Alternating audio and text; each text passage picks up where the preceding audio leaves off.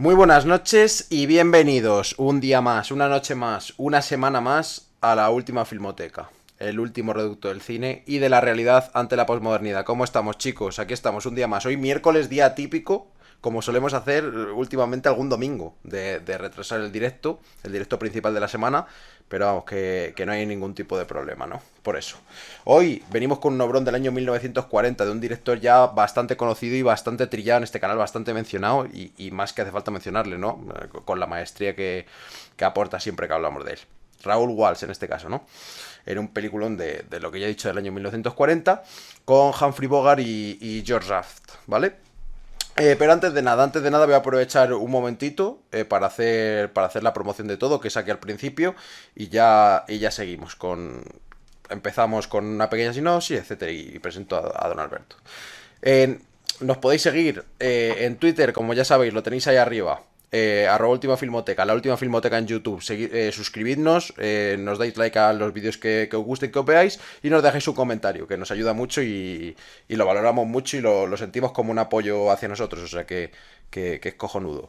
Después, seguidnos aquí también en Twitch, ¿vale? Y activad la campanita para no perderos ningún directo, siempre os avisa cuando iniciamos y ya está, así no hay problemas. Y después nuestra página web, laultimafilmoteca.webnode.es, donde podéis ir, donde tenemos los artículos. Hoy he subido un artículo hoy también, o sea que podéis, ahí tenéis artículos para leer. Y donde podéis también donar a la última filmoteca, si queréis para que podamos seguir con los programas, ¿no? Solo si queréis. Y para ir mejorando y ir implementando los avances técnicos, que ya hemos hablado muchas veces de esto. Asimismo, podéis suscribiros aquí en Twitch, ¿vale? Y una vez hecha la promoción, vamos a presentar, que no hace falta presentación, pero a saludar a Alberto Agudo. Maestro, ¿cómo estás? ¿Cómo estás? Muy buenas noches. Muy buenas noches.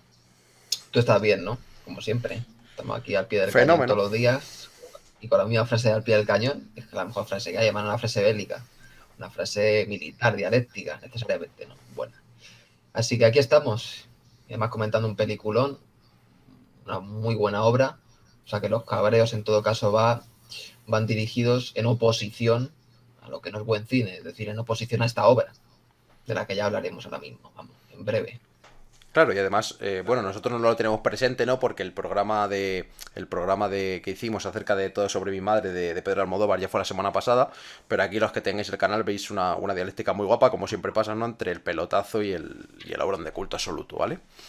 Pues eso, me alegro mucho de que esté muy bien y vamos a empezar al meollo, como siempre. Si quieres, hago una pequeña sinopsis que venimos haciendo últimamente y inicias tú un poco el discurso, vamos pim pam, y ahí le damos, bien.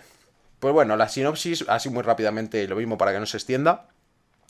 La historia trata básicamente la trama de un par de hermanos, pues que trabajan básicamente, ¿no? En un camión de camioneros, transportando frutas en este caso, podrían ser otras cosas, pero son frutas. Y pues eso, le quieren hacerse un nombre, es su oficio de toda la vida, y quieren hacerse un nombre y con ello construir un imperio. Un imperio de una flota de camiones. Tener su propia flota de camiones es su sueño y por lo que siguen trabajando de camioneros. Porque por lo demás es un trabajo de pésimas condiciones, de pésimo modo de vida y peligrosísimo, ¿no? Por andar conduciendo con sueño, etcétera.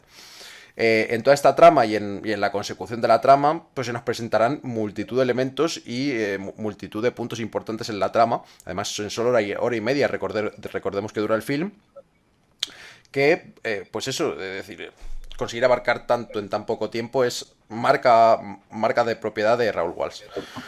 Entonces, silencio un momento para que no se escuche y reverberación, perfecto. Y pues eso, básicamente estos hermanos irán avanzando en su sueño, conseguirán ciertas metas como es comprar el primer camión, y entonces sucederá la desgracia, ¿no? De que el hermano de George Raft, interpretado por Humphrey Bogart, que hace un papelón, ya hablaremos, pues pierde un brazo, lo que les hace cambiar un poco de rumbo y lo que hace que... bueno, la mujer de un amigo suyo, en este caso de una especie de magnate que tiene su propia flota de camiones, que está encaprichada de George Raft, le ofrezca el trabajo de... Pues el trabajo un poco de gestor, ¿no? De esta flota, que es lo que él siempre había querido, ¿no? Y antes que se habían quedado sin camión, etcétera. Todo esto conducirá a un funcionamiento perfecto de la compañía, al ascenso de George Raft, ¿no? Como socio o como una especie de trabajador asalariado, pero con mucha importancia, ¿no?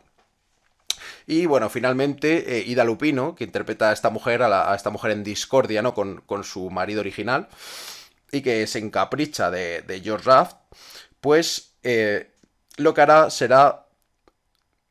Bueno, es que tampoco quiero depelarlo todo, ¿no? Pero lo que hará será básicamente hacer un tejemaneje para que George Raft entre a trabajar, entre como socio al 50% de la compañía, ¿no? Todo esto por su enamoramiento que en ningún momento es correspondido, ¿no? Porque George Raft quiere casarse con Anne Sheridan. Y bueno, todo esto nos llevará a un desenlace que pudiera parecer fatalista justo antes del final, pero que finalmente todo resuelve pues de forma conveniente, ¿no? Es un historión y una trama muy bien aprovechada y un peliculón. No quiero desvelar, ¿no? Estos susodichos tejemanejes para que el que no se la haya visto se la vaya a ver y vuelva ahora para la crítica.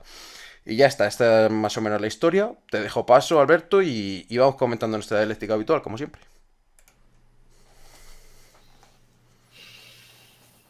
Pues qué contar, ¿no?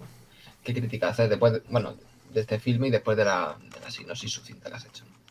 ¿Qué comentar de este filme? Pues que lleva, así, grosso modo, tiene todos los elementos del cine de Raúl Walsh, además aprovechados del mejor modo posible, o sea, compuestos con el mayor esmero y el mayor rigor en todos los ámbitos, claro. Has comentado antes, ya no has dejado a modo de vestíbulo una crítica positiva en favor, ¿no? A nivel de valores axiológicos, ¿no? De lo que se refiere al filme, a la calidad del filme de Raúl Walsh, y es la duración misma, 1 hora y media. Claro, narrar lo que narra en 1 hora y media es propio de un maestro virtuoso, porque además no narra con ningún tipo de prisa, ningún tipo de ímpetu, ningún tipo de esquematismo chapucero y borroso, en donde quiere acabar cuanto antes, ¿no? O, o filma una nadería durante 1 hora y 20, o una trama durante 1 hora y 20 en la que no tiene mucho que contar, como a veces le pasa a Woody Allen, que no tiene mucho que contar, siempre cuenta lo mismo, entonces necesita, pues no necesita más tiempo, así que no necesita más, ¿no? Estamos ante una obra magnífica, una obra muy, muy buena y que podría ser perfectamente una obra maestra. Es una obra luminosa, es otra obra luminosa en su depuración, en su estilización, porque además no es una obra en donde está muy bien compuesta, pero se reduce al final a una especie de houdini, ¿no? ¿Quién lo ha hecho? ¿No? Por ejemplo, sino que es una obra en la que la cantidad de líneas, de significados, ¿no? Hasta de tesis políticas que alberga, la cantidad de significados que la película alberga, hasta tesis políticas, recalco, es apabullante. Es apabullante. Además, la naturalidad con la que se desarrollan los hechos. Es una obra que no presenta ningún tipo de expresionismo viviente, igual lo depura muchísimo, no llega al nivel de ese expresionismo tortuoso, ¿no? En donde la puesta en cuadro nos remarca lo tortuoso de los sentimientos, en Perseguido, figura de un modo perfectamente, ¿no? Ese expresionismo de un modo patente, ¿no? Esa transformación del expresionismo. Aquí no le hace falta, es otro tipo de obras, otro tipo de significados que presenta la película, necesita otro tipo de desarrollo y Raúl Walsh lo hace con el mayor talento, el talento que tenía. O sea, hace un oficio, es una obra producto de un oficio muy bien desarrollado. No el oficio de cineasta, el oficio de poeta. Es una obra poética muy, muy, muy buena en su construcción, en su desarrollo. La análisis y la síntesis. Es una obra en donde las secuencias están muy bien dosificadas. Y ya luego hablaremos, por ejemplo, de la secuencia del juicio, macho. Porque tiene la manía, sobre todo en Estados Unidos, de alargar ahí secuencias en muchas películas en donde los juicios, por ejemplo, hay una obra que estropea, Clarence Brown, del 31, Un alma libre, con la Norma Sealer. Yo uso siempre el laísmo a modo de, ¿no? de acercamiento, la Norma Sealer, ¿no? Con Norma Sealer, esa película, el final acaba no descabalgando, porque no descabalga, pero el final el final, el clima supone una disrupción bastante no desagradable, pero semejante al coitus interruptus, ¿no? Dicho así de un modo muy, muy, muy llano, ¿no? Es decir, es una película muy bien desarrollada, pero el juicio de la secuencia final la acaba alargando innecesariamente, es decir, sobra, ya no el nivel de alargamiento, sino de significados, etcétera. En esta película, como bien se ve, y luego que ya lo he comentado, ¿no? Ya hablaremos, pero bueno, a modo de antes ahora ya lo digo, la secuencia del juicio es absolutamente brillante. ¿Por qué? Porque condensa todos los elementos necesarios. Es decir, acorde a la poética de la película. El juicio habrá durado un día, pongamos, no dos.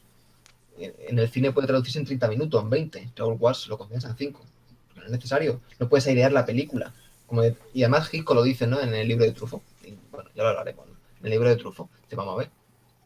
Estás viendo una película y de repente te meten otra película. Es decir, una película de juicio. Te da tanto énfasis a la dialéctica institucional en la escala judicial, pues claro, la intensidad de la película se acaba disolviendo, empieza a perder fuerza, empieza a perder fuelle.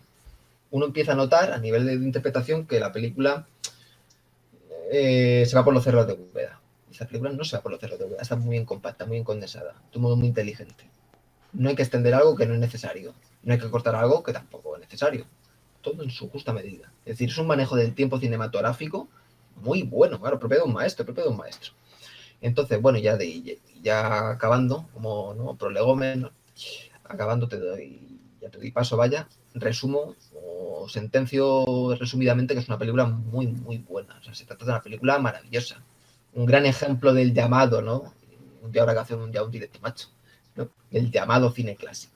Es el mejor ejemplo posible. Luego ya hablaremos del manejo de las escalas, de las elipsis, y luego ya sacaré a colación una película postmoderna, por cierto, que me acordaba Zoc, para ponerla en contraposición a este buen cine, ¿no?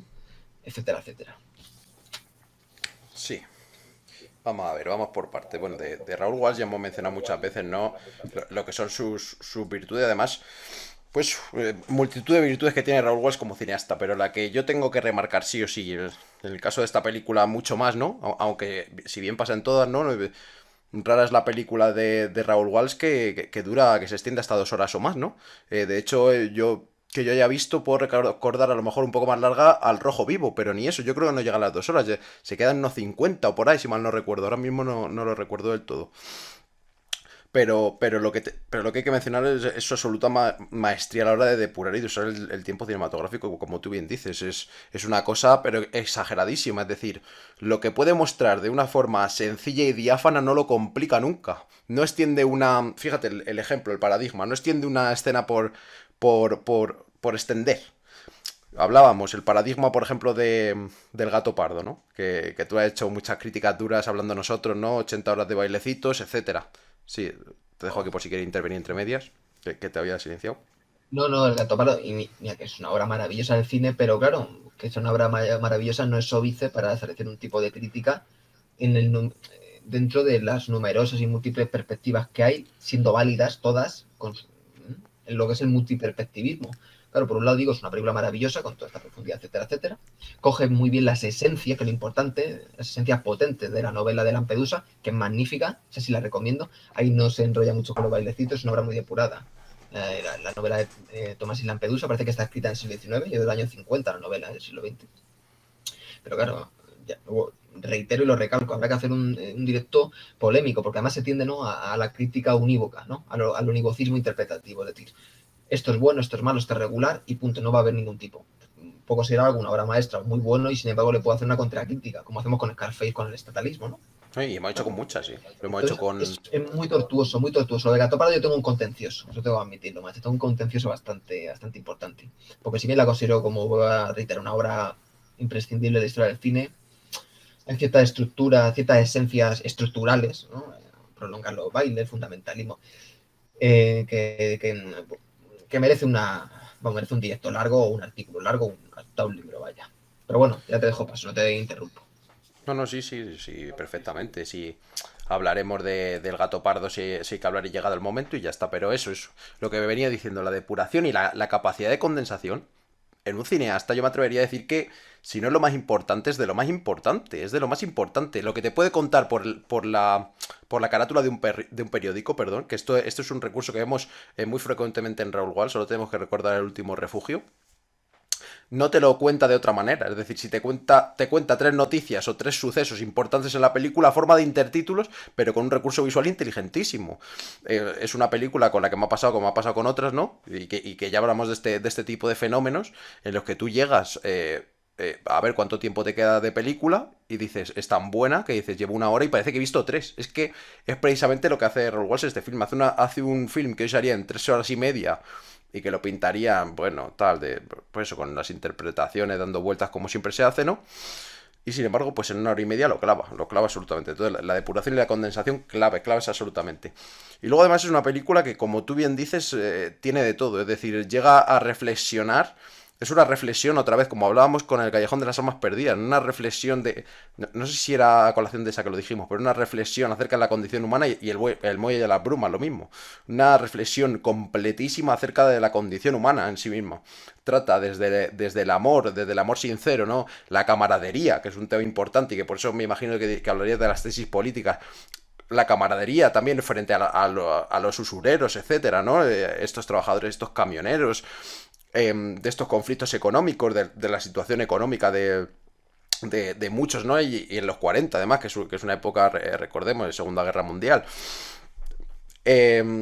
Luego trata acerca también del encaprichamiento de la burguesía, por así decirlo, caracterizado por el personaje de Ida Lupino, el sufrimiento de un trabajador no poder estar con su familia. Entonces es una reflexión complejísima, mostrada, como tú bien dices, de la forma más diáfana posible y más simple. Es simple y concisa, precisa y al meollo. Es exactamente lo que se le pide a una película que sea. Para enredar ya tenemos a los posmodernos, ¿no? Que están todo el día enredando en la academia o en cualquier otro sitio. Y luego, pues, un punto interesante que a mí también me interesa del film y que precisamente me di cuenta cuando la vi, es el juego dramatológico que hace en este caso Raúl Walsh, porque uno, cuando advierte este film, cuando ve este film, piensa que los tiros van a ir, ¿no? Toda la trama va a ir enfocada, pues, a la aventura, a la peripecia de Humphrey Bogart y de George Raft, en su escalada hacia el éxito, hacia el poder. Pero resulta que cuando lleva ya más o menos 40 minutos de film, 50 minutos de film, empieza a cambiar digamos, el centro dramatológico, que no es que lo cambie, pero uno lo percibe así, ¿no? Porque empieza a advertir un cambio dramatológico, pues eso, capital, que es precisamente hacia la historia tortuosa de encaprichamiento de esta burguesa y el conflicto que él tiene entre el amor también que le tiene a su propia obligación y al propio éxito, y todas estas frustraciones de asesinato, etcétera, que se entretejen entre todo esto. Entonces, fíjate, es decir, a mí me impresionó eso porque yo pensaba eso, que iba a tratar de la escalada de estos dos, y sin embargo, ¿cómo consigue girar de forma tan natural, nada brusca y sin desencantar al espectador esta trama principal? A mí me parece un punto clave joder, y al final evidencia una vez más el buen hacer de un cineasta. El torcer una trama, el dirigir, el desconcertar al espectador y aún así mantener la atención y aún así rematar un obrón. No se le puede pedir más. No se le puede pedir más. Raúl Walsh, bueno, ya hemos hablado muchas veces de él, pero es que está en la cúspide cinematográfica, pero absolutamente en la cúspide. Sé que eso existe. No, totalmente. No, La cúspide, claro, no existe, claro. Hay muchas, ¿no? Esto como el sentido de la vida. Claro, como no existe el monismo, es una falacia interpretativa filosófica, pues claro. Hay muchas, ¿no? Hay muchos modos de llegar al sentido de la vida. No hay un sentido, en todo caso hay muchos, más aún. Ni siquiera tiene sentido la vida, ni no tiene sentido. Es y punto, ¿no? Se da y punto, ¿no? No hay ningún tipo de teleología última, ¿no? Por ejemplo, ¿no? Esto a nivel más materialista, etc. Pero lo que, recalco y remarco lo que ha dicho, efectivamente. O sea, el giro natural, dramatológico y semántico, sin ningún tipo de disrupción cutre, y siempre salgo, ¿no? Bailando con lobos, lo de durar 4 horas, esto por otro lado, 4 horas de película. Coste de película para contarte algo que un buen cineasta hubiera expresado en 1 hora y media, 1 hora y 20, 1 hora y 10 incluso, como haría Neil Serro, que era Reinhard Serro, ¿no? Que era un buen artesano. Muy mal valorado hoy día, ¿no? Por lo que ya sabemos, ¿no? Pero bueno, luego los que lo valoran mal, pues obra maestra Spider-Man 4 o El Caballero Oscuro, pues ya está, seguimos para bingo, macho, la posmodernidad. Es lo que hay. Es lo que hay que reírse. No, incluso, puedo hacer un inciso aquí que es pertinente, ¿no? Que en cuanto a la hipocresía, que además nos viene muy bien hoy, ¿no? Porque nos ha pillado justo hoy la muerte de Mónica Vitti, ¿no? Con el directo esta mañana. Y bueno, tenéis el artículo en la web, que he hecho una pequeña reflexión, pero muy, muy sucinta. Y precisamente, joder, es lo que te he dicho, que toda esta hipocresía que se maneja en el mundo de la crítica de cine, todo este cinismo al final, ¿no? Que es muy fácil sacar los clics fáciles, ¿no? Para el Inmundo, etcétera, para los periódicos... El Mundo. Para los periódicos mainstream de la época, para los críticos que están posicionados, etcétera, es muy fácil sacar este titular apenándose muchísimo en base a un discurso que se han montado ellos de a saber dónde, etcétera, y al día siguiente hacerle la hora al metaverso y a Spider-Man No Way Home, que es Coño, pues al final es testimonio de este mismo metaverso. Es que este cinismo y esta hipocresía es lo que a uno le violenta cuando uno está analizando cine así, de esta manera desde nuestra doctrina todas las semanas, ¿no? Ya te dejo, sí, perdón. Es más que ya hipocresía, es la inconsecuencia, o la nesciencia Justo. directamente, ¿no? Sobre todo en un mundo en el que tiene que primar, pues eso, este relativo posmoderno, lindante al mito de la felicidad, con ese diseño de nuevo sacerdotiso, ¿no? En la posmodernidad, el mito del intelectual, el mito del científico, el mito del experto, donde claro, si formas parte de esa aura, puedes participar de ese mito de la felicidad, que es el mito del consumo y del trabajo, punto. Punto, ¿no? El mito del buen esclavo, que bien conceptualizaría Aldous Huxley, que conocía bastante, ¿no? Bastante, ya no las cuestiones semánticas, la institución, ¿no? Todos los tejemanejes que se manejan, pero no ya dialéctico o de conspiraciones entre instituciones, sino los tejemanejes de esa razón de la modernidad que crea monstruos y crea el monstruo de la posmodernidad, ¿no? En sus delirios enajenados. Que eso es lo que nos enteran mucho de bandas disidentes, que hacen un análisis meramente institucionales y muchas veces se olvidan de la dialéctica, muchas veces o casi siempre, de la dialéctica de Estado, de la dialéctica de imperio, las cuestiones filosóficas importantes, se quedan en, es malo porque lo dice Davos, el foro de Davos, no, a ver, hay que muchas capas y muchas escalas. Muchas escalas, no es importante lo que dices, pero tienes que manejar. De hecho, operan con ideas y no son consecuentes con ellas. Y luego tiene, por otro lado, los que van de que operan con mucha idea, ¿no? Como le pasa a la Fundación Gustavo Bueno, sin prejuicio de la doctrina cojonuda y rigurosa y de Gustavo Bueno, que es de la filosofía más sólida que se ha hecho. A nivel doctrinal es incuestionable su rigor, en donde hay análisis dialéctica de imperio de Estado, pero se olvidan de muchas cuestiones que soslayan y ellos mismos caen en idealismos presos de la razón de la modernidad misma.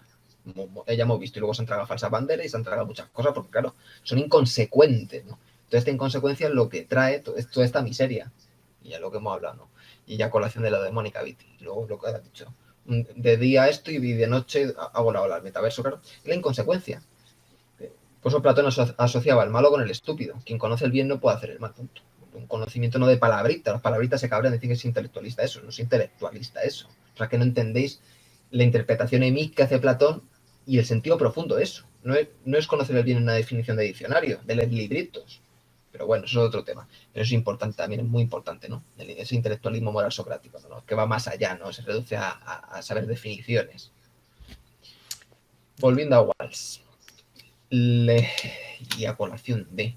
Sí, la doctrina política luego ya hablaremos. El final es magnífico. Solo con ver, ya en primera pincelada, ¿no? Impresionista.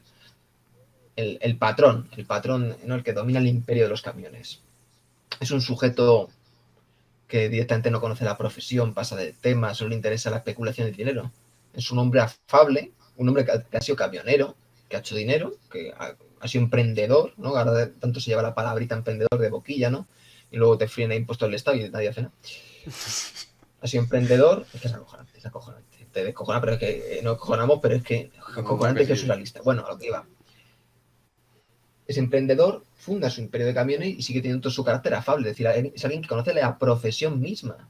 Eso es un personaje entrañable. Y yo me reí muchísimo, ¿no? A nivel psicológico, me reí muchísimo la secuencia cuando dispara la botella de champán borrachín, dispara la botella de champán y rompe la lámpara, el cabreo de Alupino, claro, está tan bien montado, la puesta en cuadro, la puesta en escena, la didáctica de cuadros, que hecho por otro cineasta no hubiera tenido gracia, pero está tan bien filmado con tanta gracia, está inmerso este desarrollo en una estructura poética tan elegante, tan fina, compuesta por Raúl Walsh, envuelta por las significaciones de la época, claro, que vamos, se descojona. Se descojona, es una gracia limpia, una gracia viva, una gracia bondadosa, ¿no? Claro, es un hombre afable, claro, y está en esa fiesta, en ese desparpajo, no es un burgués que guarda la apariencia, abro la botella de champán, ¿no? ¿No? Ya hablaremos también de las casas burguesas, ¿no? Un hombre afable que ha hecho su imperio, que ha construido su imperio y que conoce perfectamente la profesión y tiene buen trato con la gente, ¿no? Esta es la primera pincelada. Y la segunda pincelada hace referencia al clima, ¿no? A las postrimerías últimas de la película, los últimos compases de la película, en donde se conforma, ¿no? Se pretende conformar, gracias a la presión de grupo, instigada por Anne Sheridan, ¿no? Se conforma pues, la renovación de ese imperio de camiones, ¿no? ¿Quién lo preside? George Raft, es decir, otro que conoce, ¿no? El mundo tortuoso de los camiones. ¿Qué viene a decir todo esto? Toda esta camaradería también que hay entre los camioneros y que apoyan y avalan a George Raft para que sea quien lleve el timón de todo esto. Pues toda esta visión se opone a dos visiones opuestas. La de la usura burguesa, dicho así de un modo muy rápido, muy esquemático, muy simplificado, la usura burguesa, alienada, enajenada completamente, que desconoce completamente lo que es la profesión, vivir y estar en la profesión. Y también, por otro lado, se opone a la demagogia comunitaria, en donde todos somos iguales, ¿no? Todos hacemos lo mismo, ¿no? Este comunitarismo que ha traído muchos fantasmas. Es decir, toda sociedad, toda organización política y antropológica necesariamente es jerárquica. Tiene que haber una jerarquía necesaria. Pero es que es obvio. Nos guste o no nos guste. De ahí que por lo menos las tesis del anarcoprimitivismo sean consecuentes, lo estoy sacando últimamente, sean consecuentes. Porque se da cuenta que a partir del neolítico es cuando surge sobre todo la estratificación social. Claro, social, una idea que no, en fin, es una idea posterior, pero bueno, hacen esta reconceptualización, claro, porque la concepción del anarcoprimitivismo no se puede dar en la época primitiva, porque no hay este tipo de entramado ideológico, porque las ideas operan de la técnica y de la evolución de la sociedad de desarrollo, ¿no? Pero no me voy a enrollar en este respecto. Por lo menos el anarcoprimitivismo es consecuente. Dice, a partir del neolítico hay una división social, ¿no? Una estratificación social, a partir de la técnica, la tecnología, etcétera. Por consiguiente, a nivel de valores, decimos que esto está mal, tenemos que retornar, ¿vale? Soy consecuente, pero que te promueve aquí un comunitarismo igualitarista, que es totalmente una quimera y por eso trae fantasmas, en donde todos somos iguales, ¿no? Hacemos esa igualdad metafísica, pues solo crea fantasmas y delirios. La Unión Soviética tenía una jerarquía precisamente, ¿no? Y demás imperios. Entonces ahí está la tesis magnífica de Raúl Walsh, hay camaradería, hay unión. Coño, apoyan, avalan que George Raft sea precisamente quien encabece, ¿no? La contabilidad, todo, claro. Pero sí. eso precisamente no es que no entre en contradicción, sino que es necesario ese tipo de jerarquía, ese tipo de jerarquización de las organizaciones, evidentemente, y de especialización en apartado de contabilidad, apartado de dirección, apartado de necesario. Todo esto es necesario. Entonces la película se opone. Me recuerda, por ejemplo, al mejor William A. Wellman en Gloria y Hambre, que da cera tanto al estatalismo capitalista, valga la redundancia, como al estatalismo comunista, valga la redundancia. No hay capitalismo sin Estado. Esto de no nombrar al capitalismo como un monstruo sin rostro es acojonante, macho. Es que capitalismo de Estado es una redundancia. En fin, no hay capitalismo sin Estado, ¿no? Necesariamente. Ni comunismo sin Estado, ¿no? Entonces, aquí Raúl Walsh, de nuevo, al modo del mejor William A. Wellman, se enfrenta a estos maniqueísmos. De un modo natural, elegante, sin caer en ningún tipo de proclamas redundantes, ni de propaganda de ningún tipo, sino narrado todo de una forma muy elegante, muy sutil, creando su propio tiempo cinematográfico, estilizando la puesta en cuadro, la puesta en escena, la distribución en las secuencias, todos los contrapuntos de un modo sublime, y enfrentándose necesariamente a todas estas teorías idealistas, que se habrá quedado cera ahora, si quieren también le daremos cera, a todas estas teorías idealistas muy presentes, macho, de aquel que solo ve cine de Antonin y Bergman.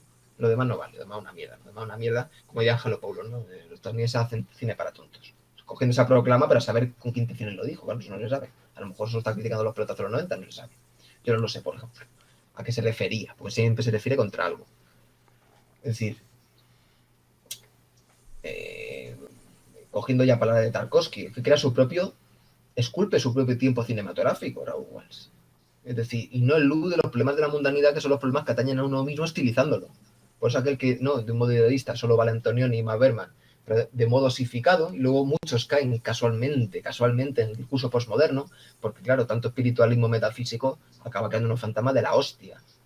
Pues toda esta gente lo que están obviando son los problemas mundanos que nos atañen realmente. Y que es materia cinematográfica necesariamente. Entonces, quien está despreciando los problemas mundanos está despreciando la propia vida y no se está enterando de nada completamente. De nada completamente. Están vagando y solo se sumen en sujetos abstraídos, ¿no? Que vagan por parajes perdidos de a saber quién, ignorando las condiciones sociales, económicas y políticas de cualquier régimen. Cosa que, por ejemplo, Tarkovsky no haría, seguro que no haría. Conocía bastante bien muchas cuestiones. No, ya está, y ya te dejo pasar, no me rollo. No, sí, tal cual lo dices, es cojonudo el discurso que has hecho. Además, fíjate, pues, por matizar, ¿no? Y por introducir, digamos, personificar esto de lo que tú has hablado. Claro, por un lado vemos a los que conocen el oficio, ¿no? Que ejercen de patrones con mayor o menor fortuna, etcétera, pero conociendo el oficio, etcétera, y ejecutándolo bien porque lo conocen. Y por amor al mismo, es decir, se nota el amor al mismo, la dedicación que pone George Raft en su trabajo, el cariño, es decir, todo lo que... Es decir, no quiere llegar a la cumbre solo por llegar a la cumbre, ¿no? Sino para llegar y facilitar a los demás que puedan ejercer el trabajo de forma digna. que eso es cojonudo.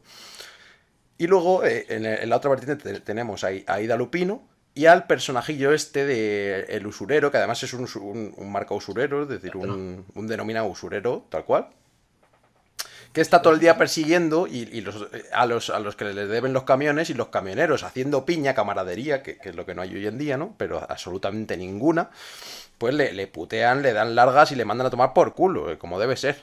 Y luego me hace gracia, ¿no? Lo que tú dices del esnovismo, que hablábamos mucho con Woody Allen, macho, que surge de solo valorar, ¿no? Pues estás, joder, este cine poético profundísimo con esas abstracciones de la hostia, lo otro, que al final dependen, digamos que dejan espacio a la imaginación para generar interpretaciones pues sublimes como hacen algunos y totalmente oscuras y ridículas cuando las hacen otros.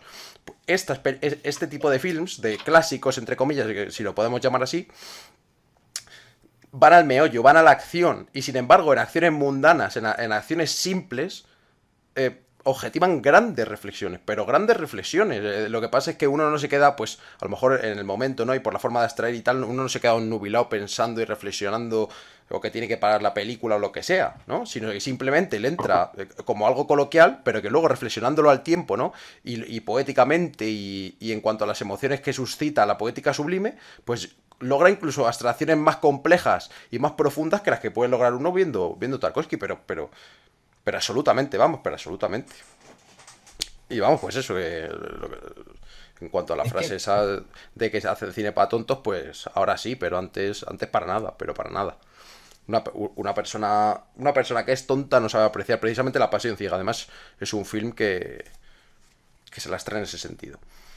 Y luego, bueno, pues eso, luego en cuanto a nivel visual, a nivel de narrativa visual, lo que hemos dicho, la condensación lleva la corona en este film y la depuración, pero claro, es decir, en este film Raúl Walsh no hace grandes alardes, es decir, no es un film en el que haga grandes alardes para nada, siempre mantiene un distanciamiento que él conoce bien porque es un artesano de primera, pero no hace grandes alardes en cuanto a planos, como podíamos ver, por ejemplo, en el último refugio, ¿no? O Junto hasta la muerte. Eso es cómo maneja Raúl Wall los exteriores, cómo consigue ese distanciamiento de los exteriores con esas montañas, que es, pues eso, que es un desparrame absoluto. En esta, sin embargo, no hay... siempre existe el distanciamiento maestro, pero no hay grandes alardes de planos que dice plano maestro, el otro, y sin embargo, con un trabajo simple y concreto, preciso, va como la seda este film, va como la seda, no... Es que no, es que es perfecto tal cual es. Es que es además una oda a la... A mí lo que me gusta de Raúl Walsh es que es la oda a la complejidad de la simplicidad. Al llegar al mayor número de profundidad, a la mayor cantidad de profundidad poética con ya no el mínimo de recursos. No es fácil decirlo, ¿no? No el mínimo de recursos, sino el mínimo alarde, el mínimo, digamos, joder, la mínima autoimportancia, la mínima sin presunciones, vamos, sin asumir que va a hacer una obra maestra sin nada, simplemente porque es su oficio, y esto lo vemos únicamente en estos artesanos clásicos, vaya. Entonces eso es cojonudo. Y luego pues eso, es decir, he hablado ya también de la alienación de los personajes burgueses, o que interpreta, o sea que lo que hacen referencia a la burguesía, ¿no? Como este Ida Lupino que está completamente ida, ¿no? Por conseguir lo que quiere, pero como mero capricho, no como el amor real que vemos entre Sheridan y George Raft. Luego la dialéctica también entre aquel que ama su oficio, aquel que quiere que otros desempeñen mejor su oficio y aquel que lo único que busca es el dinero y lo consigue por medio de llamar a la policía, por medio del estatalismo y de la intervención estatal. Por eso es tan pertinente luego la escena del juicio que dura 5 minutos, porque conoce perfectamente Raúl Walsh, o por lo menos lo parece, ¿no? Estos tejemanejes burocráticos, estos tejemanejes de politicastros y de jueces, etcétera. Entonces por eso no engrandece, como sí que pasa en la ley del silencio, como sí que pasa en otras, pues eso, el sistema burocrático para resolver un film. Que luego es lo que hemos hablado antes, que sin perjuicio de que la ley del silencio para mí sea una obra sobresaliente, para mí es un obrón, pero esa resolución no tiene ningún sentido. O lo que haría, por ejemplo, fíjate, ahora hablando también de lo que haría el Curtis en Ángeles con las caras sucias, macho. El hecho de terminar así el film, que a mí pues, no me parece para nada conveniente. Y bueno, es que es para mí una oda burocrática y una manera de quedar bien, pero bueno, que el film también, sin perjuicio de ese final, es muy bueno. Y ya como final, como contrapunto final, quería mencionar una escena que me recordó, que me he acordado ahora de que me recordó en su momento, macho, al, joder, pues al último tango, ¿no? En el sentido de la mujer en su propia esquizofrenia, ¿no? Y en su propio solipsismo mental, contándose la historia de que él no lo ha matado, de que la estaba intentando abusar de ella, de que no sé qué. Lo mismo pasa con Ida Lupino cuando descubre, o sea, cuando la descubren, cuando ella, por pasión, por pura pasión, lo que hace es contar que ha hecho el crimen, ¿no? Confesar. Y en ese momento es cuando entra en su solipsismo y se monta su película, ¿no? Lo que le lleva a la locura, como pasa en el otro film. Entonces es un alegato tremendo, y dos maneras de hacer completamente diferentes y ver estos paralelismos es, vamos, increíble, increíble. Y te dejo paso si quieres decir algo. Sí, sí, bueno, ya hablaremos, pero esa cuestión, claro. Bertolucci hace un giro, hace la vuelta del revés del cine clásico, de esta coda clásica, es una vuelta del revés Sí, sí, absolutamente absolutamente. maravillosa y brillante, vamos. Ni consciente ni inconsciente se le hubiera ocurrido. Este ha sido un modo muy abstracto, ¿no? Muy sugerente, muy literario, muy contradictorio al modo de Borges. Bueno,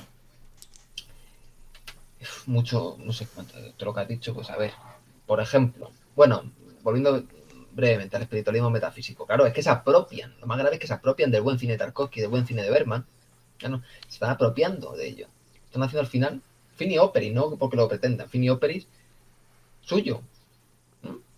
Y esto es un problema gravísimo, es un problema gravísimo. Luego todo este espiritualismo, claro, casualmente trae una desconexión absoluta de las estructuras económicas, sociales, antropológicas, del desarrollo cultural, cogiendo la cultura con pinzas, la idea de cultura, claro, claro.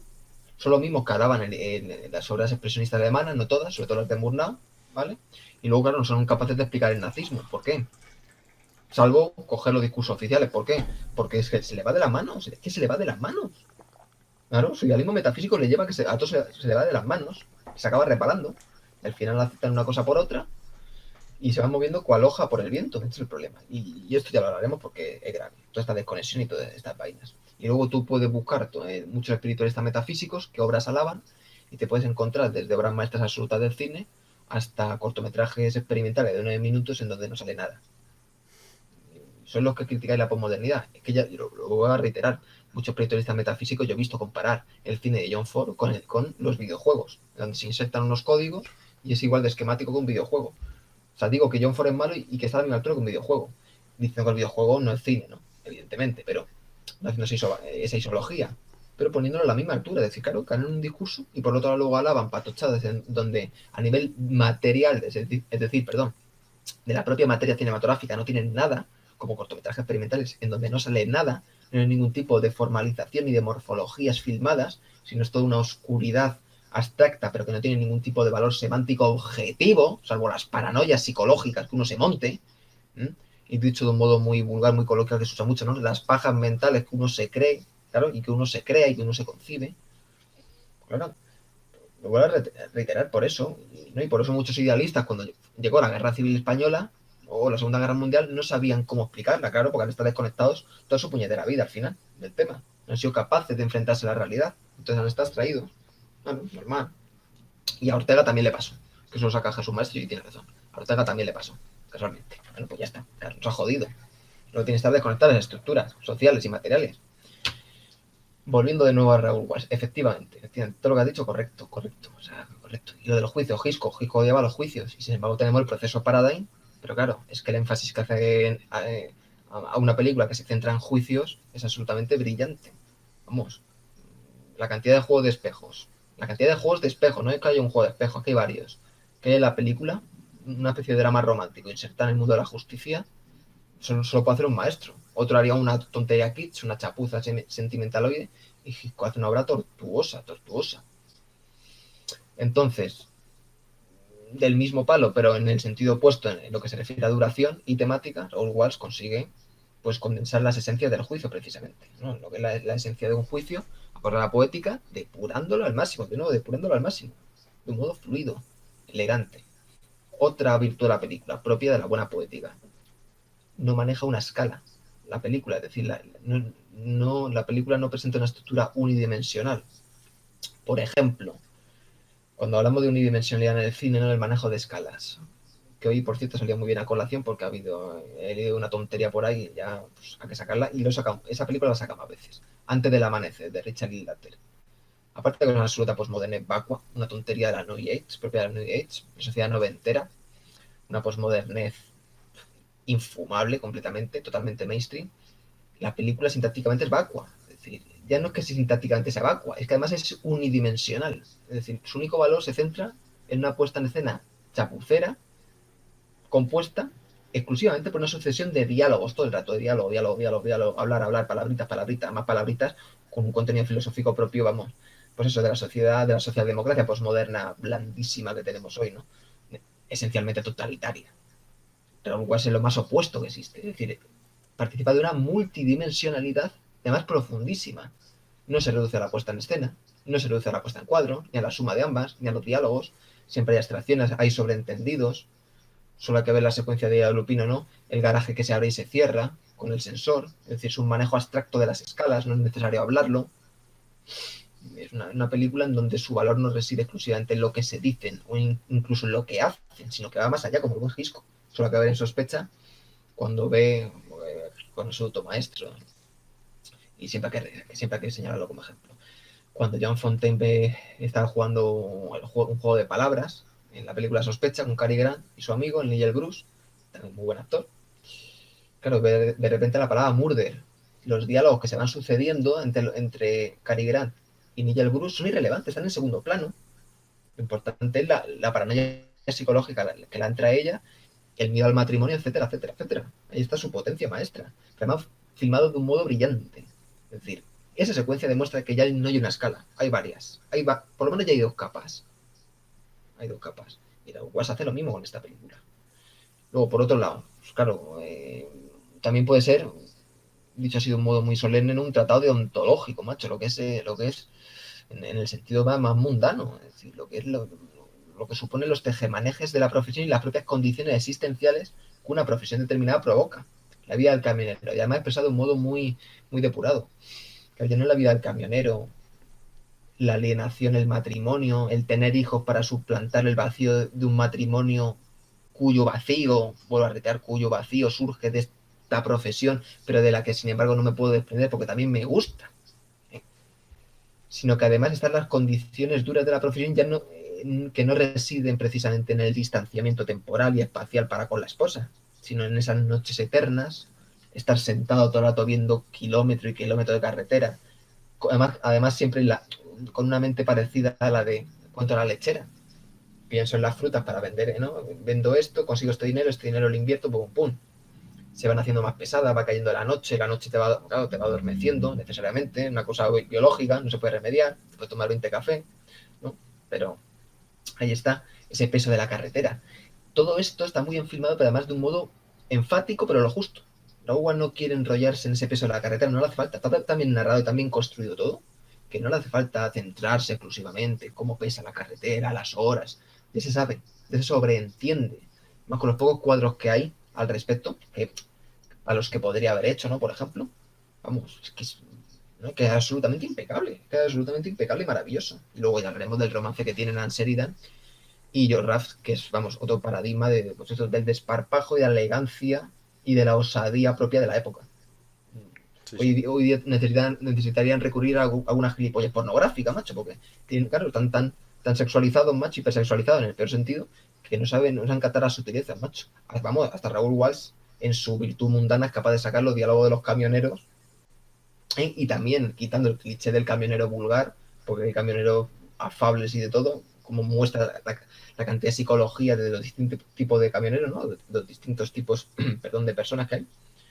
Es decir, la cantidad de matices y sutileza y recodos que hay en la película, además con todos los contrapuntos poéticos, todos los sobreentendidos, todas las escalas, vamos, esta película puede ser perfectamente una obra maestra. Sí, sí. Perfectamente, lo que pasa es que a lo mejor no hechiza, pero es que es una obra maestra. O sea, hechiza, pero a lo mejor no sublima como otras, ¿no? Pero es una cuestión a lo mejor más psicológica, pero pues hay que hacer siempre analogías con otras artes para decir que es una obra impecable. Bueno, te dejo paso, no me enrollo. Sí, a ver, vamos a ver. Y luego también es que bueno, se mueve a muchos niveles. Tengo un par de comentarios nada más. En cuanto al aprovechamiento de los elementos y a las escalas. Fíjate, las escalas. Es decir, también el film se dispone en cuanto a escalas dramatológicamente en ese sentido y semánticamente en el sentido de lo que hemos dicho antes de las tramas, que no lo voy a repetir. Y después, es decir, ya no solo que se alambique en torno a estos elementos muy bien aprovechados, como siempre hemos hablado también de una cualidad del maestro, es precisamente el introducir elementos para aprovecharlos. Si no, y la clave más grande de todo esto es el uso de la pistola. Es decir, siempre que sale un arma hay que utilizarla. Pues lo mismo para cualquier elemento. Si introduces un elemento, lo utilizas. Si no, no lo metas para rellenar. Porque un film no se trata de rellenar huecos. Entonces, fíjate, es decir, lo que has hablado de la escala, ¿no? De este tipo de célula fotoeléctrica que tienen para abrir el garaje, ¿no? Y cómo lo utilizan como vector de la alienación y de la locura de Ida Lupino. También podemos hablar de esta dialéctica, es decir, de una dialéctica inteligentísima y apenas imperceptible casi, si no te fijas bien y la analizas con profundidad, y es cómo se presenta esta célula fotoeléctrica. La presenta como un entretenimiento burgués, nuestro hombre aquí, el patrón, el cual ha sido camionero, y lo presenta como una mera gracia, ¿no? Como algo que entretiene muy bien, un lujo burgués que es muy pintoresco, y sin embargo, fíjate que cava su propia tumba, ¿no? O sea, sirve como un elemento que, así muy gracioso, mira, paso y se cierra, y eso le va a matar después, ¿no? Entonces, es que fíjate, además de las escalas, aprovecha las escalas para generar dialéctica entre las propias escalas, y que acojonante. Es que es acojonante. Es un nivel de maestría que va más allá de la propia interpretación. Y fíjate con qué calidad y con qué simpleza. Vamos, que la ve cualquiera así que no entienda nada. Y dice, un film así pues muy normal, ¿no? Con planos normales, ¿no? Pero es que los planos es que son depurados y yo estoy seguro de que no hace alardes a propósito. Porque toda la profundidad la oculta en sutilezas. En sutilezas que además, joder, es que esto combina con las pequeñas reflexiones, con los pequeños comentarios. Uno llega a un punto en el que se queda sin palabras. Y después, también hace un excurso potentísimo en cuanto a lo que es el hombre virtuoso. Es decir, George Raft representa al hombre virtuoso, ¿no? Al hombre que se ha echado para adelante, ¿no? Que es tal y sin embargo no bebe, no tiene vicios, ¿no? Es un hombre fiel, es un hombre que siempre mira por su gente. Y le corresponden de la misma manera, además de con la camaradería ya dicha del propio gremio, su hermano, ¿no? Que digamos que renuncia a tener hijos, renuncia a pasar más tiempo con su mujer, que es lo que él está deseando, y buscarse otro trabajo porque es su hermano, sangre de su sangre, y no lo va a dejar a costa de dejar tirado a su hermano. De dejarle tirado y pierde un brazo por ello. Con las típicas rencillas, pero con esa conexión fuerte que hay, ¿no? Que esto en un film hoy en día no lo veríamos, pero ni por asomo, porque no existe. Si existiese, Sí. pues eso era básicamente más o menos lo que quería comentar. Bueno, ahora hablaremos también de las actuaciones y tal. Ah, Es un film tan complejo y además que mete estas sutilezas a un nivel tan pequeño y tan minucioso que podríamos estar analizándolo 80 años y pese a la apariencia de simplicidad, lo que hemos hablado, es que puede complicarse mucho más que un film de Tarkovsky. Es que eso es a lo que vamos. Es que el comentario que he hecho antes viene al dedillo. Y bueno, sí, si quieres decir algo, porque ahora iba a hablar de las interpretaciones. Si quieres, me meto con las interpretaciones. bueno, como veas, como veas. Sí, simplemente un par de comentarios. George Raft, que como tú bien hemos hablado antes y todo eso, le vimos y comentamos, ¿no? En Scarface que hace un papelón secundario absolutamente abrumador, ¿no? Y que en este film, como protagonista, está excelente. Como sin grandes aspavientos. Muy bien, muy buena interpretación, ya está, no me voy a extender más. Y después Humphrey Bogart, que fíjate, es decir, que también lo define como gran actor, el hecho de que cuando está en un papel de reparto, que pasa también en Ángeles con las caras sucias, con James Cagney, y en esta, consigue un nivel de depuración y consigue, digamos, una manera de situarse como, pues eso, actor de reparto acojonante, y que no es muy usual en los que suelen ser protagonistas, ¿no? Sin perjuicio de que sea antes o después, o yo hubiera actuado como estrella o se le descubriese después. Esa contención, esa manera de ser secundario, esa manera de ser principal, y todo siempre muy depurado como es Bogart, y con su cinismo implícito ya en su propia cara, etcétera, es que hace un papel que hace las delicias de todo el mundo, pero más aún habría que mencionar el papelón que hace Ida Lupino. Es abrumador. Bueno, Y Y luego Anne Sheridan, pues bueno, se la ve menos, ¿no? Pero bien, cae en gracia, muy guapa, muy guapa. Pero ya digo, yo creo que Ida Lupino también se lleva la palma, se lleva la palma. Y ya Sí, está, y ya está. ya está. No, no, sí. Venga, te sigo con lo que ha dicho de las interpretaciones para no romper el discurso y Venga, luego va. vuelvo a otras cosas. Pero sí, sí. Muy buena. George Raff, claro, por eso Henry Hathaway lo cogió en muchas películas.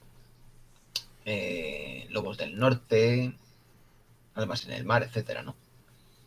Porque es un actor muy bueno, muy riguroso, no es histriónico, tiene talento interpretativo, entonces, más tiene una buena voz, una buena modulación, una presencia importante, pero sin ser, pues eso, sin caer en ningún tipo de grandilocuencia. Tendría que cogerlo acorde también a los papeles que puede representar, ¿no? Eso es, vamos, es evidente, es clarísimo, ¿no?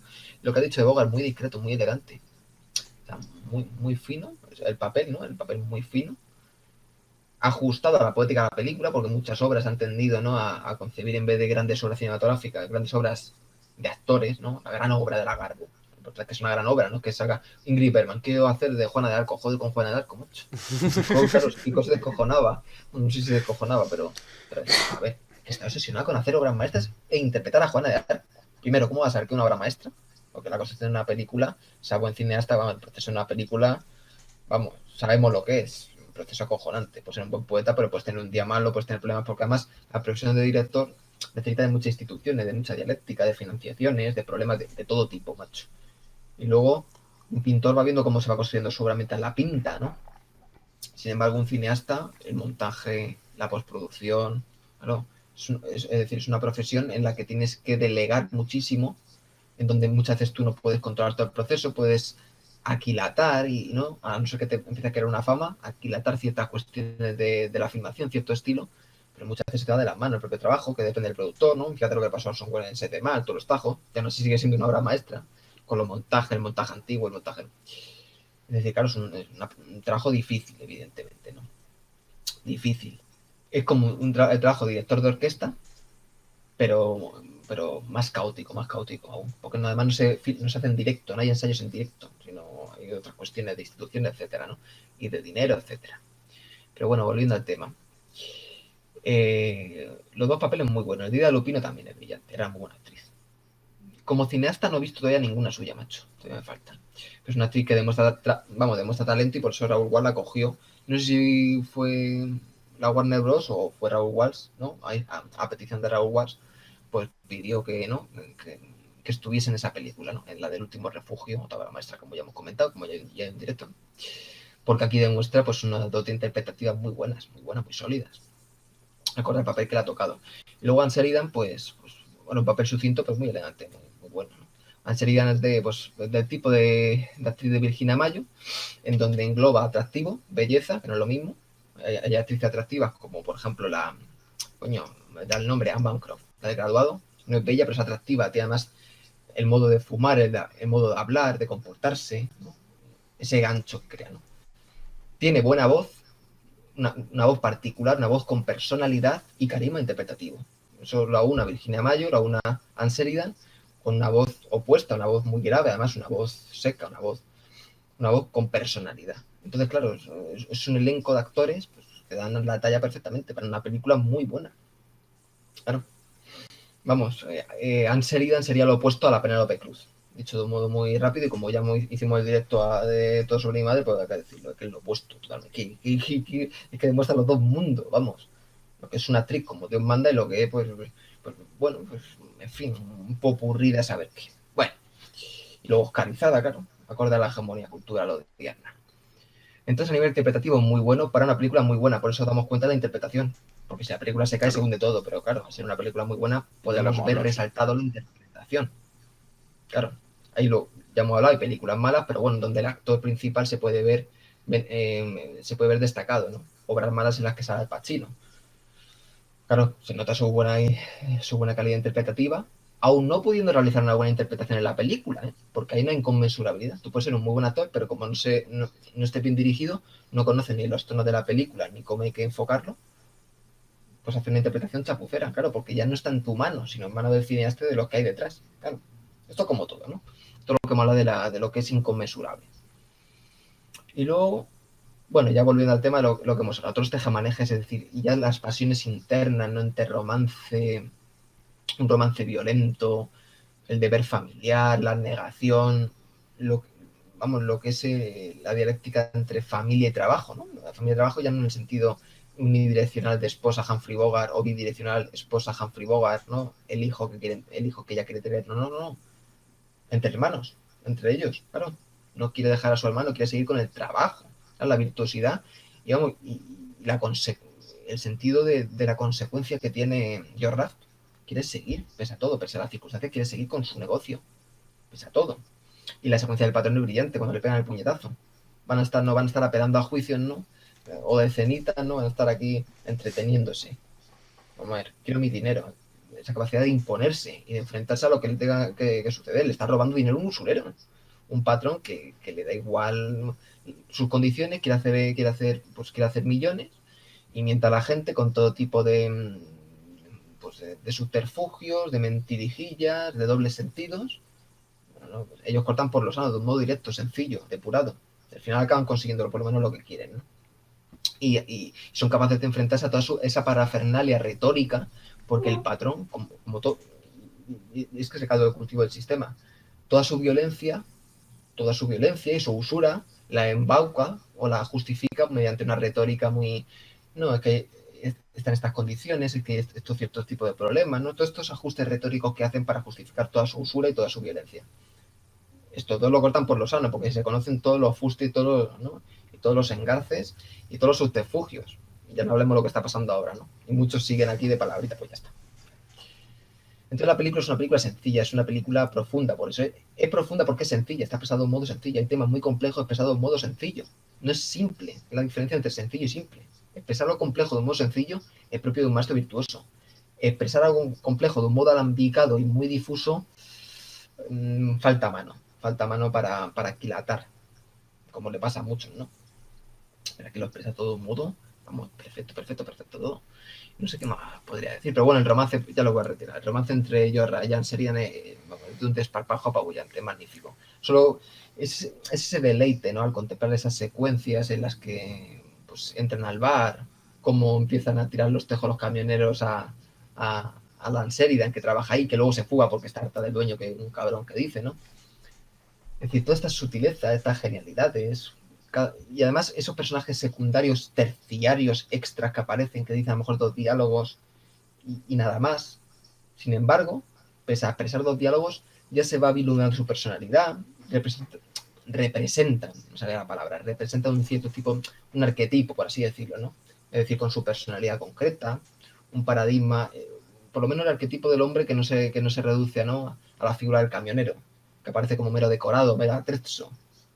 Raúl Walsh es capaz de hacer en una secuencia concreta, con pocos diálogos, introduciendo extras o secundarios, pues una cantidad de matices apabullantes, con una gracia de situaciones y de personajes, como sucede, por ejemplo, en esa película que has comentado recientemente, Gran Hotel. ¿No? Y no me rollo más, que esta película se las trae muy buena también, que es muy Sí, buena. no, pero muy buena. Pero muy buena. Y además de todo lo que hemos hablado, todo hecho de una forma simple y diáfana es lo que caracteriza la película, además de la condensación que tiene y además un detallito ya para comentar, ¿no? Para ir terminando más o menos, ya llevamos una orilla.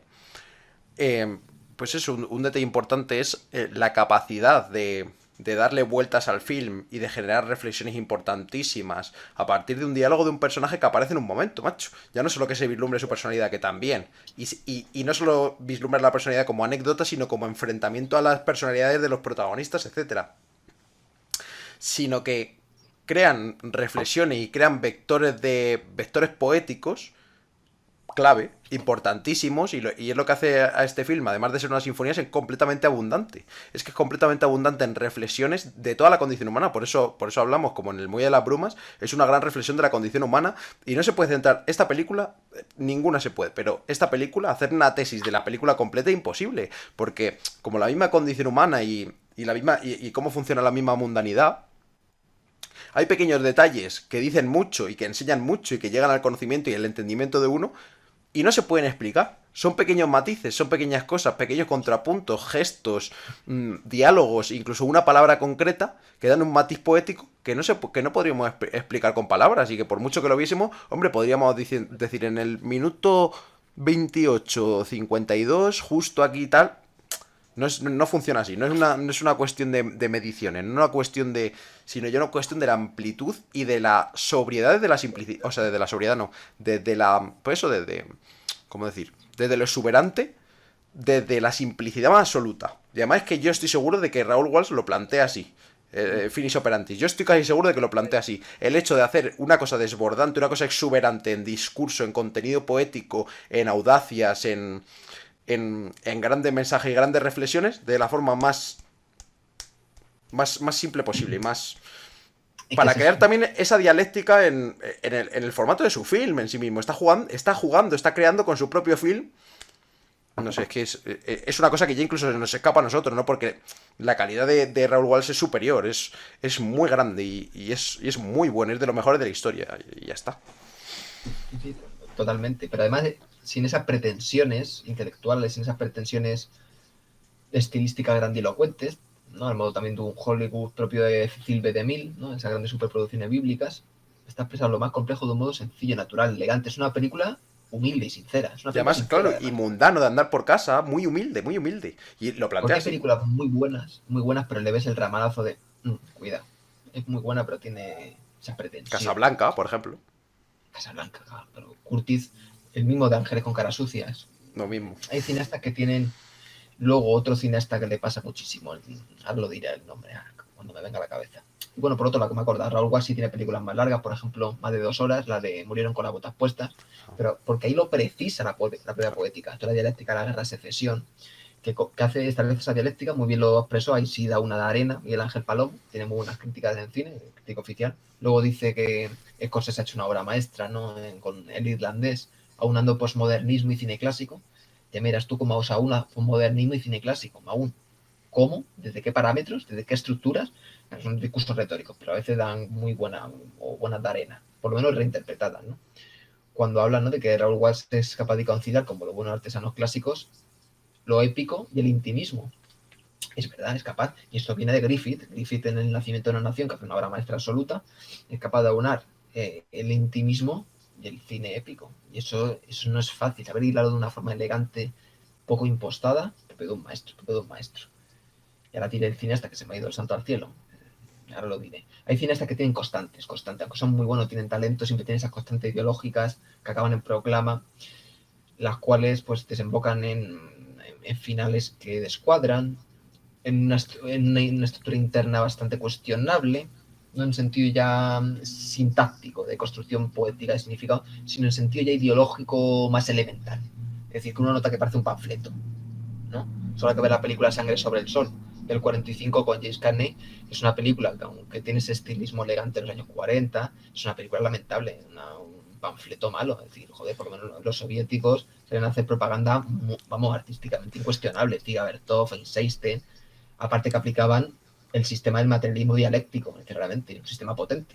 No ha jodido, No, pero macho. es que. Más potente la New Age, ¿no? La New Age de Richard Linklater con Antes del amanecer. En cuanto a lo de estas reivindicaciones ideológicas que terminan en proclama, es que además lo ha dicho perfecto porque le pasa lo mismo a Elia Kazan, le pasa lo mismo en La Ley del Silencio. Acaba mal su película, o desafortunado desde mi punto de vista, precisamente por eso, porque intenta hacer su propia proclama de la paranoia anticomunista, ¿no? Y todo, ¿no? De lo que será, coño, que se le acusaba de él ir acusando a otros por su paranoia anticomunista, etcétera, ¿no? Sí. Y por eso fue sometido a escarnio público y sacó la ley del silencio, pues un poco para justificarse. Y lo que utiliza para justificarse, el final, pues eso. Que Es un tema es un peliculón, interesante, ¿eh? pero que es. Sí. Es que luego se olvidan de qué hago el artículo, no lo otro, claro, hay tanta temática, tanto contenido para expresar, conceptualizar, o que ya está conceptualizado, pero expresar un artículo. Pero un tema importante es lo de la dialéctica de, ¿cómo decirlo?, los lavados de cara poéticos ante acusaciones institucionales objetivas. Eso es otra vida del artista, y ya no del artista, de las estructuras, eso es como complejo, lo que hemos hablado. Esto, por ejemplo, le pasó al Sacha Guitry, al cineasta francés, Sacha Guitry, porque, bueno, la acusaron de colaboracionista para con el régimen de Vichy, vamos, la Alemania nazi, ¿no? El estado títere de la Alemania nazi. Hizo en el año 48 la película Un diablo en la botella, creo que es la traducción en español, en donde expresaba políticamente, se supone que la mejor asociación política para Francia era aliarse con Inglaterra. Claro, una especie de lavado de cara, pero que tampoco lo he buscado como un subterfugio. La película no se reduce a eso, pero bueno, es un tema interesante, hostia, un tema muy interesante. Sí, Todos tejemanejes, porque la película evidentemente no se reduce a un lavado de cara a Sacha Guitry, a un mero panfleto, va más allá, pero es un tema institucional importante, y de la vida del artista y de todo. Porque absolutamente. la purga que hicieron, ya lo hemos hablado y lo saco muchas veces, la purga que hicieron, por ejemplo, con la magnífica actriz de primer nivel, Mireille Balin, que actúa con muchísimas obras maestras de cine francés de los 30. Por ejemplo, pues eso, Cara de Amor, Pepe Le Mocó, ha hecho obras maestras del cine. A esa la purgaron y, bueno, la maltrataron durante toda su vida por supuestas, bueno, porque se enamoró de un oficial nazi en el régimen de Vichy. Es decir, toda la purga que hicieron lo de la resistencia, y ya hemos hablado de Sartre y toda esta gente que nunca lucharon en la resistencia, pero presidieron los comités de la resistencia. Es acojonante, macho. Es acojonante. Todos los que han vivido aquí muy bien. Bueno, pues eso, que es un tema importante, toda esta dialéctica, toda la gente que han purgado muchísimas, los grandes demócratas, ¿no? Que normal a nivel dialéctico todos los tejemanejes, pero bueno, hay que, pues, precisamente por eso hay que hablar de ello. Muy No, no, interesante, que muy sí, que sí. interesante. Muy Absolutamente. rollo de eso. No, no, absolutamente. Yo no sé si tendrás algo más que decir. Bueno, a este respecto es que de la película podríamos tirarnos aquí, como no ha Sí, qué pasado buenísimo. previamente, cuando hablábamos, hacíamos los formatos de 2 horas, 2 horas y media aquí, claro. Es que hay filmes que les empiezas a sacar y sacar como la Dolce Vita. Me acuerdo de ese programa que hicimos, que se nos fue El a que dos hicimos horas y doble. media. Claro, claro, claro, claro. Ah, es verdad, ¿Qué fue la hicimos Dolce también Vita? 8 y medio.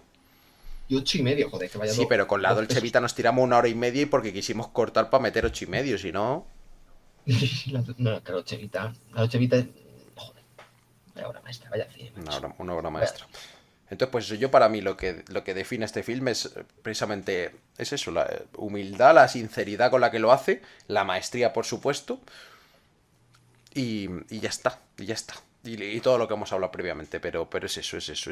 Y además es cuando proviene de un maestro este ejercicio, es todavía más reconfortante, porque si alguien puede ser grandilocuente consigo mismo, con su figura, ¿no? Y tirar a hacer o tender a hacer, o tener la intención de hacer una obra maestra, que hemos hablado muchas veces, es precisamente el maestro, ¿no? El que puede tener a lo mejor ese ansia de una obra maestra más. Y sin embargo, se reduce a lo más simple, ¿no? Y lo más llano y a la vez lo más complejo. Y no buscándolo y haciendo un oficio como Dios manda, esto como Dios manda, saca una obra maestra sin darse cuenta. Siendo No, no, sincero, llano y simple, hace una película impecable, impecable. totalmente. Es que totalmente. Es una película sincera. Es una película que pasa de la escala particular familiar, intrafamiliar, hasta la dialéctica política, económica, de instituciones, de formar un imperio, dicho así de un modo muy grandilocuente, de Sí, formarse sí. en un empleo, dicho de un modo más humilde, que forma parte del propio contenido de la vida mundano. Un contenido que los espiritualistas metafísicos rechazan porque al final no se enteran de cómo funciona la existencia. Y muchos usan el cine como teoría soteriológica, ¿no? Para prepararme a la muerte. Oye, no, para prepararme a la Que muerte sí, por lo que sí, que menos sí. no es elegante, pero claro, muchos espiritualistas que caen en eso no se enteran de lo demás. Eso, claro, por lo menos es digno y es profundo y muchos dan muy buenas razones, pero yo los critico. Luego ya están los postmodernos el cine para entretener. Bueno, yo directamente no digo nada porque, en fin, es la derrota de una sociedad, o sea, la derrota totalmente de una civilización. ¿No? Y por eso está la historia como está ahora mismo, por eso está todo como está ahora mismo. ¿No? Mantita, Netflix y metaverso, pues ya está, es acojonante. Entonces es una película maravillosa que va en muchísimas escalas, opera con muchísimas escalas, filmado al estilo clásico, al estilo del cinetismo narrativo, en donde sí se da cuenta de las condiciones, pero no se extraen esas condiciones para romper la trama, o no se rompe la trama para extraerse en situaciones como Antonioni, por ejemplo, hecho de modo muy rápido. ¿No? Claro, es otro tipo, es otra morfología poética, perfectamente válida, evidentemente, ¿no? No hay un tipo de univocismo cinematográfico esto. Lo que está claro que lo que está mal está mal. Lo que un desastre es un desastre, ¿no? Antes del amanecer una chapuza, se mire donde se mire. Chunkin Express o un Carguayo una chapuza, se mire donde se mire, evidentemente, ¿no? Otra, esa ya también hablaremos, macho. Por cierto, alabada por Tarantino, entonces ya empezó a coger fama. Claro, sí, no, un delirio. Bueno, pues eso, nada más que decir. Es que nos podíamos enrollar, pero Es eso, no es hace eso. falta, iba a decir otro comentario, pero es que con todos los contenidos que tienen nos podríamos tirar horas y horas. Es Que sí, que sí. absolutamente maravilloso, una película imprescindible también, una obra maestra podría ser perfectamente, como El Callejón. Una gran obra es, necesariamente. Luego, obra maestra, película, grandísima obra, un ejemplo del buen hacer, o sea, del buen hacer cinematográfico. Sí, señor. Absolutamente. Y un alegato de la condición humana y de la vida misma y de todos los estadios que. Y de todos los estadios que pasa, es decir, de lo que has hablado tú, sí que lo que has hablado tú, de estas intrigas con la labor, con el trabajo, que se entremezcla con lo familiar, ya no solo en segundo grado como en la mujer, sino con la sangre propia del hermano, como, pues eso, la dialéctica entre lo que uno quiere y lo que uno se convierte, ¿no? Cuando uno quiere tener una flota de camiones y luego, coño, y uno, el antiguo patrón sigue siendo humilde y cómo la humildad la da el haber trabajado en el barro, en haber estado en el barro con los demás, la contraposición de estos grandes magnates como absolutos, bueno, como realmente como absolutos degenerados, avariciosos y caprichosos, ¿no? Eh, Y la que además, vitalidad, sí, la vitalidad y la contingencia, y perdona que así se me olvida, fíjate, la vitalidad y la contingencia se podían haber encontrado en Sheridan, se la encuentran recursos poéticos, se la encuentran antes les ayuda, se la encuentran en la lluvia. Y esa vitalidad de George Raft de cortejarla, de darle dinero por puro amor, o sea, por puro. ¿Vale? Y cómo se va forjando ese romance, es que de un modo tan elegante, tan natural y tan vivo, joder, es que es un cine vivo, es una vitalidad ausente, diría, ausente totalmente, tío, claro, claro, y luego ausente. es. Y luego ese mismo amor que empieza con. Que surge desde la desconfianza de Anne Sheridan hacia George Raft, que al final se va haciendo el roce hacia el cariño, ¿no? Y la confianza. Y cómo esta confianza, una vez se genera y es verdadera, es incorruptible e inquebrantable, ¿no? Incluso por una acusación tan seria como se le hace y que podría ser perfectamente, podría haber ocurrido perfectamente por cómo está todo montado y todo lo que ha pasado. Realmente sería lógico que pudiera haber pasado esto que cuenta Aida Lupino, y sin embargo se mantiene con él. Claro, la profundidad del amor, también podemos entrar a la profundidad del amor verdadero, de lo que es puro encaprichamiento burgués, que es lo que vivimos hoy día con la hipersexualización, etcétera. Pero nos vamos a quedar aquí. Nos vamos a quedar aquí y os vamos a recomendar este pedazo de obrón de Raúl Walsh. La pasión ciega de 1940, lo tenéis que ver. Imprescindible, imprescindible. Y bueno, vamos a ir dejándolo por aquí, que llevamos 1 hora y 16. Hoy nos hemos extendido un pelín más, pero no hay ningún problema. Vale. Bueno, no cabe de hacer otra vez publicidad y todo porque ya está hecho. Mañana estaremos con pelotazo de los 90. Es verdad, mañana es jueves, mañana estamos con pelotazo de los 90, macho. Joder, se nos ha hecho encima la semana. Bueno, pues mañana estaremos con pelotazo de los 90, no hay ningún problema. Eh, y bueno, joder, es que iba a decir el film, pero ahora mismo. Mañana lo tenéis aquí a las 10:30, como cada día que hacemos directo, estáos atentos. Y después, como siempre, muchísimas gracias, Alberto, por haber pasado esta sesión absolutamente maravillosa aquí. Y por charlar un día más, por poder hacerlo un día más y por seguir picando y por morir con las botas puestas al final, ¿no? Que sí, que sí, que sí. Y que además tú estás conectado, ¿visto? Está conectado con todo, relacionado con todo. Como la buena obra de Raúl Walsh. Pues eso ha sido un placer. Pues joder, otro día más hablando de un obrón, macho. Nuestra dialéctica habitual, los que nos escuchan. Pues qué buena es, macho. Es que Es además muy ahora buena. analizándola de nuevo, qué buena es, joder, qué buena obra de arte. Claro, hay muchas obras de arte que uno las ve al principio y dice, es una gran obra. Pero precisamente cuando surge el debate, la dialéctica, es cuando uno empieza a rascar su profundidad. Es acojonante, Claro, es claro. acojonante. Y luego otra obra maestra más, y otra obra maestra más de los años 40, si cogemos la década, y del año 40, macho. Entre Rebeca de Gisco, La Carta, El Forastero de William Wyler y La Carta de William Wyler. Y esta, ya tenemos 4, etcétera. O sea, una obra maestra más. Y aquí Pues seguiremos. eso es. Pues nada, eso. Muchísimas gracias, Alberto. Y luego os voy a decir lo que os digo siempre. Si queréis algún otro, es decir, otro programa, ¿no? Analizando alguna cosa que se nos pueda haber pasado en este programa hablando de la pasión ciega, tenéis la caja de comentarios aquí también en Twitch, lo que sea, y en YouTube. Tenéis los comentarios para decirnos, para pedirnos otra parte. Y me gusta y apoyadnos. Apoyadnos porque vamos a estar para rato aquí y llevamos ya un rato. Así que nada, como siempre, muchísimas gracias a todos los que nos habéis visto. Alberto Agudo, por supuesto, ya lo sabe él. Y mañana, o el próximo día, pero mañana presumiblemente estaremos aquí con más. muchas gracias. Esto ha sido La Última Filmoteca y nos vemos pronto. Hasta luego.